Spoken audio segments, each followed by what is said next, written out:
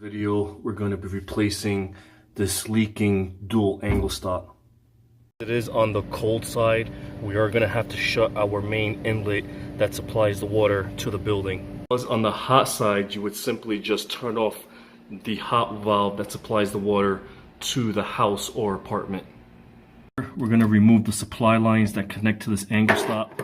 I did turn the water off. There's going to be a little bit of pressure, so don't panic if you see water pouring out. Remove the bottom one as well.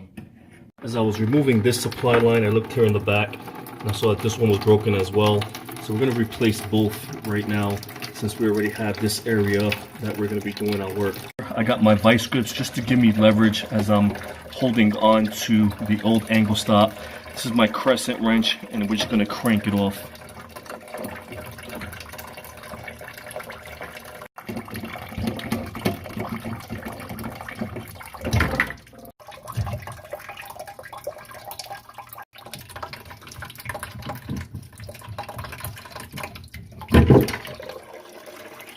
The lock nut was in fairly decent shape. There seemed to be no damage to it.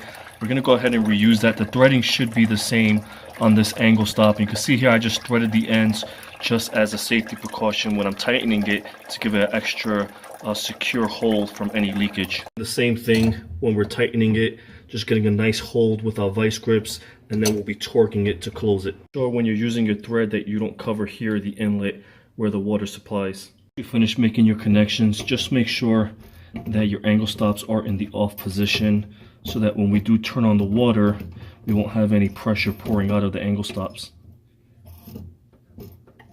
And turn your main water supply back on. That's done, you want to go ahead and check for leaks. If this video was a help, if it was informational, please subscribe.